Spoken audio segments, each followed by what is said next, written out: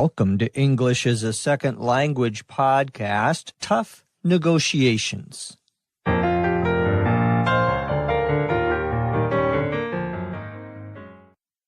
This is English as a Second Language podcast, episode.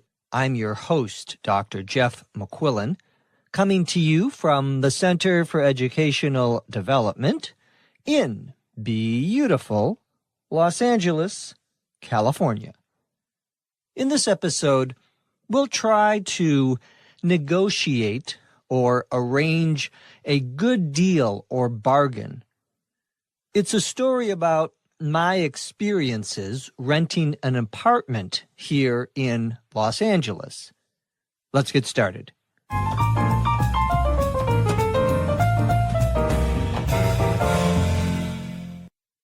I'm not what you would call the world's best negotiator, but sometimes it's necessary to engage in a tough negotiation. Take, for instance, the time I had to renew the lease on my apartment. This was back in college when I was renting a small studio in the Miracle Mile area of Los Angeles. When my lease was up, the landlord and I sat down to hammer out the terms of a new lease. "I'll tell you what I'm going to do," he said.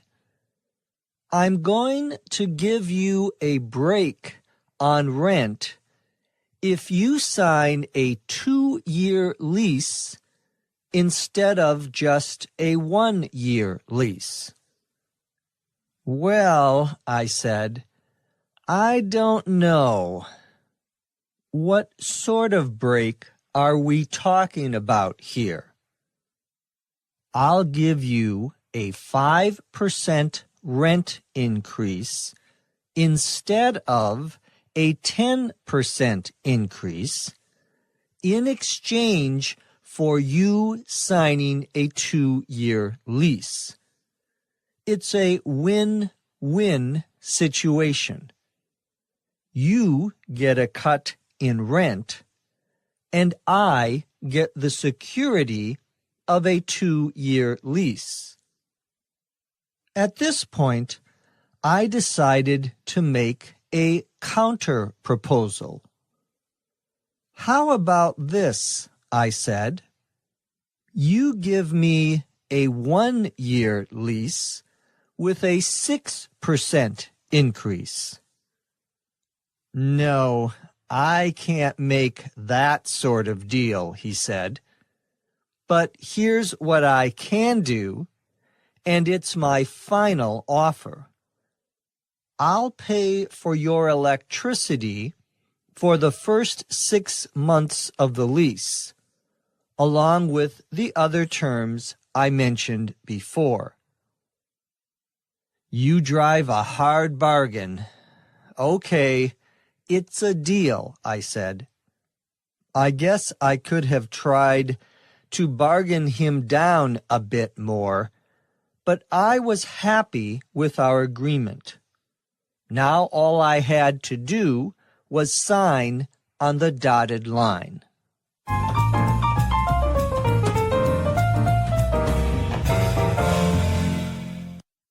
Today we're talking about negotiations. Negotiations are when you have to try to reach an agreement on something with someone, either in business or in your personal life. Tough negotiations are difficult negotiations, negotiations that require a lot of effort or work.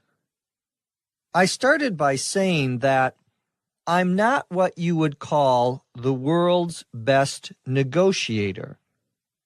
Someone who negotiates is called a negotiator. Negotiator.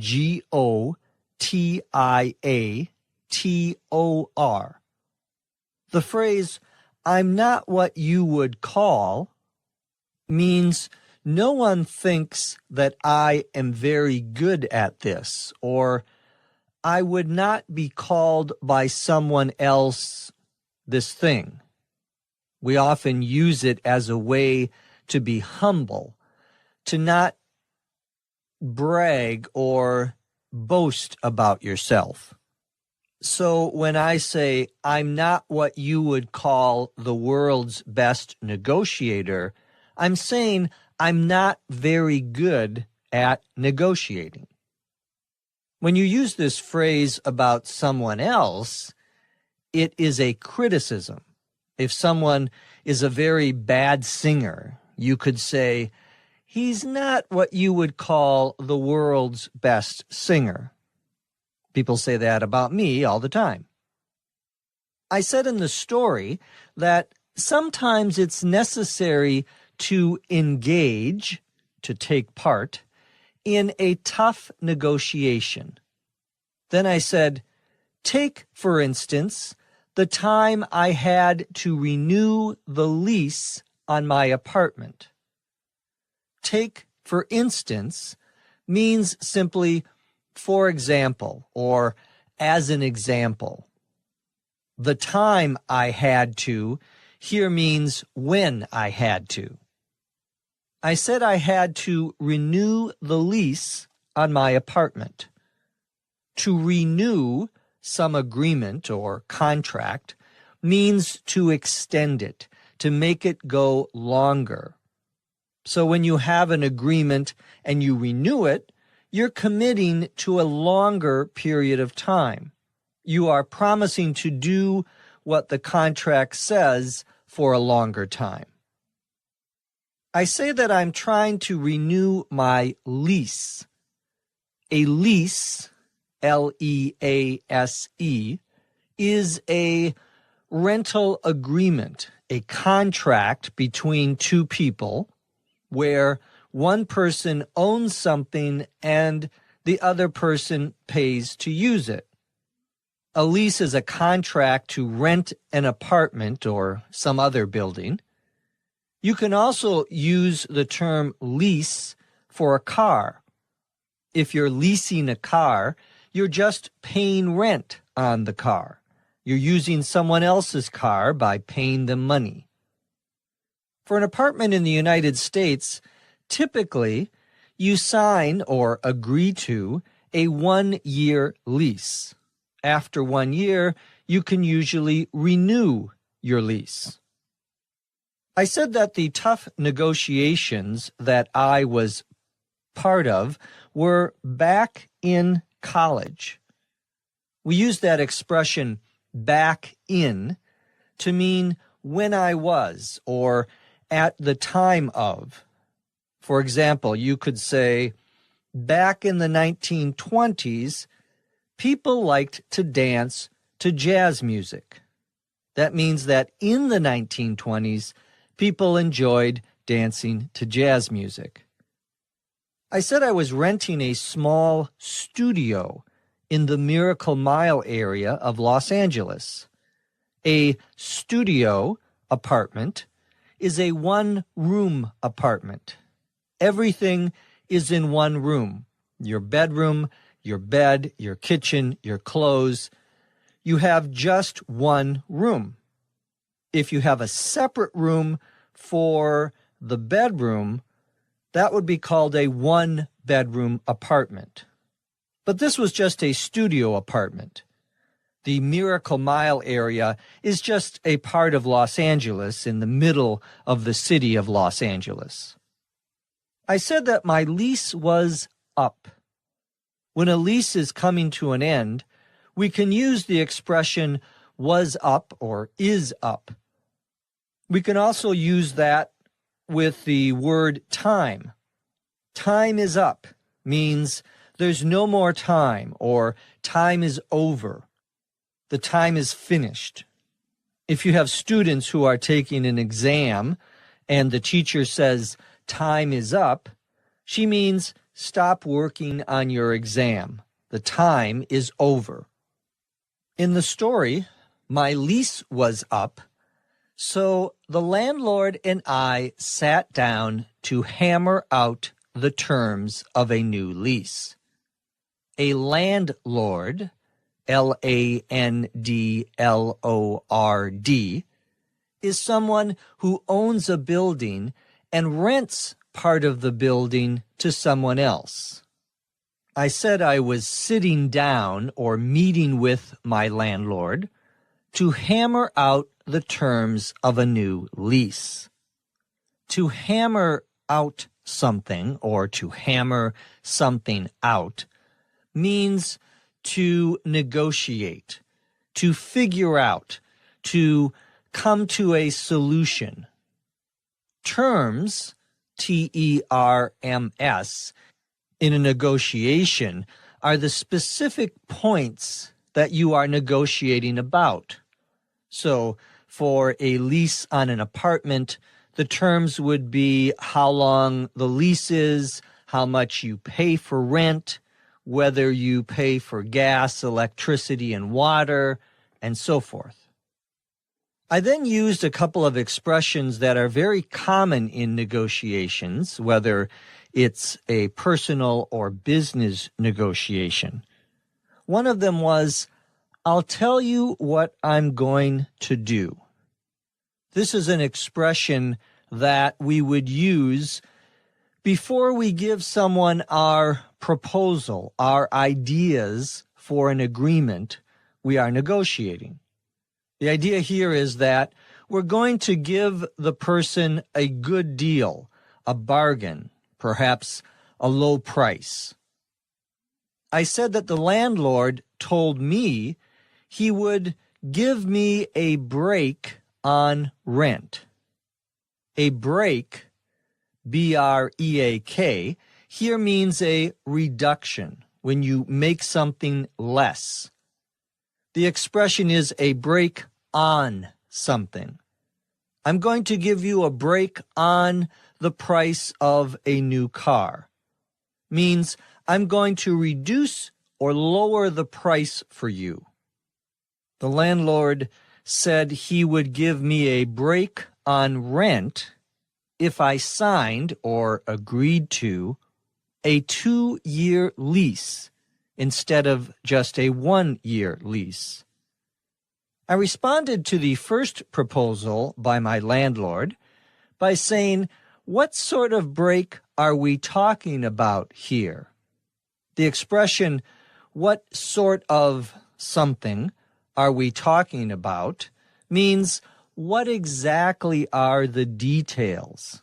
For example, my friend wants to go on a trip, and he wants to go camping in a tent out in the middle of the desert.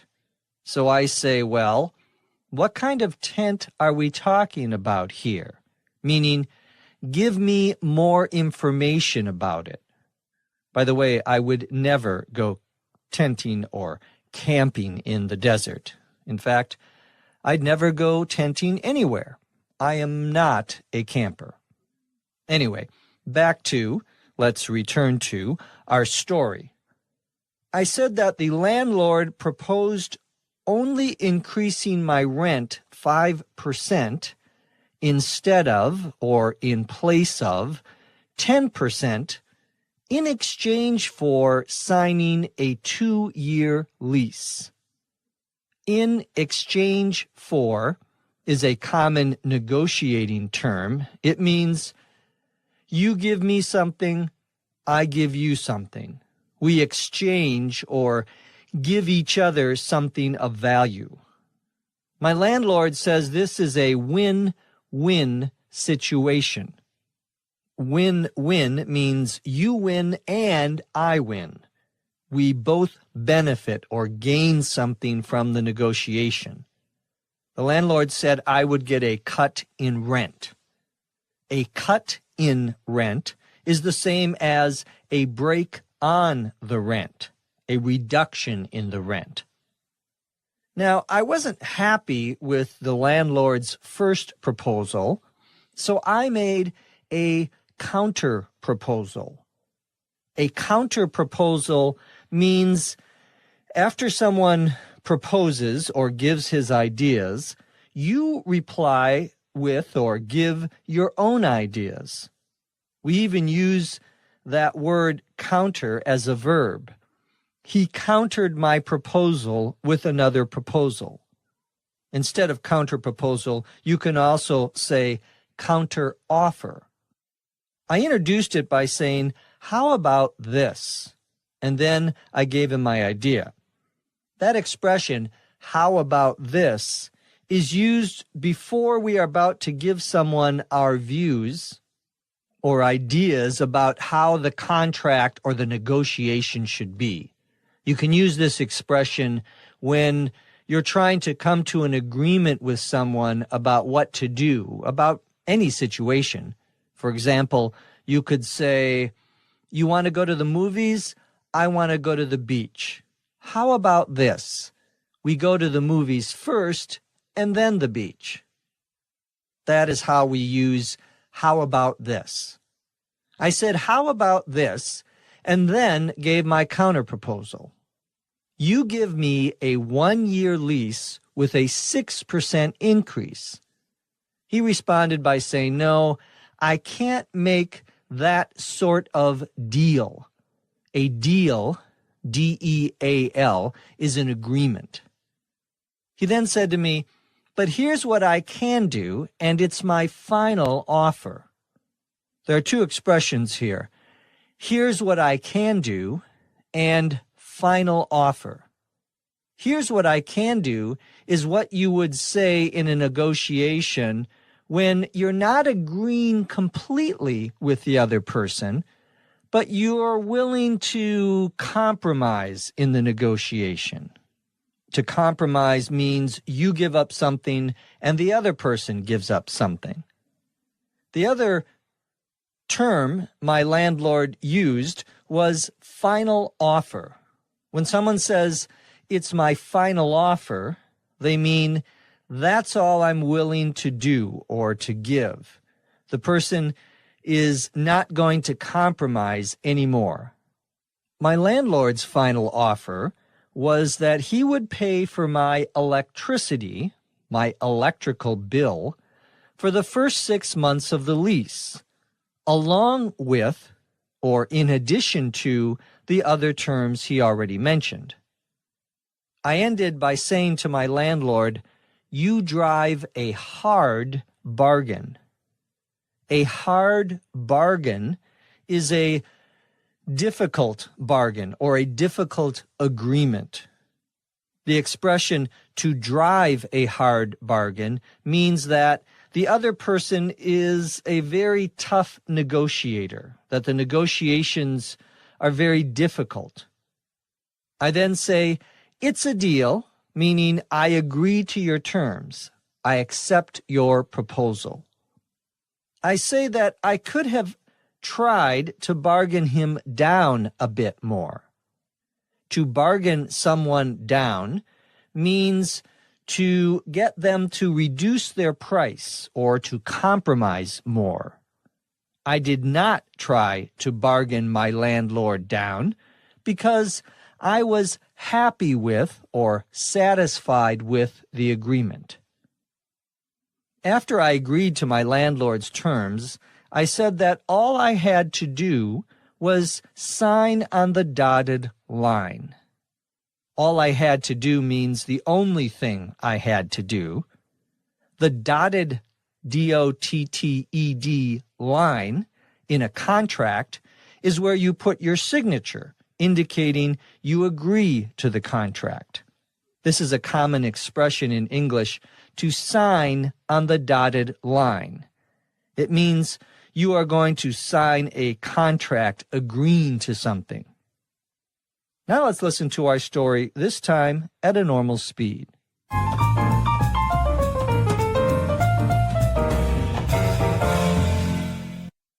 I'm not what you would call the world's best negotiator, but sometimes it's necessary to engage in a tough negotiation. Take, for instance, the time I had to renew the lease on my apartment. This was back in college when I was renting a small studio in the Miracle Mile area of Los Angeles. When my lease was up, the landlord and I sat down to hammer out the terms of a new lease. "I'll tell you what I'm going to do," he said. "I'm going to give you a break on rent if you sign a 2-year lease instead of just a 1-year lease." "Well," I said, "I don't know. What sort of break are we talking about here?" "I'll give you a 5% rent increase instead of a 10% increase in exchange for you signing a 2-year lease. It's a win-win situation. You get a cut in rent, and I get the security of a 2-year lease." At this point, I decided to make a counter-proposal. "How about this?" I said. "You give me a 1-year lease with a 6% increase." "No, I can't make that sort of deal," he said. "But here's what I can do, and it's my final offer. I'll pay for your electricity for the first 6 months of the lease, along with the other terms I mentioned before." "You drive a hard bargain." "Okay, it's a deal," I said. I guess I could have tried to bargain him down a bit more, but I was happy with our agreement. Now all I had to do was sign on the dotted line.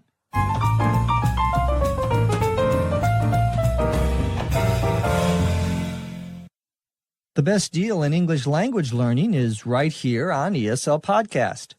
That's because we have the world's best scriptwriter, Dr. Lucy Say. From Los Angeles, California, I'm Jeff McQuillan. Thank you for listening. Come back and listen to us again here on ESL Podcast.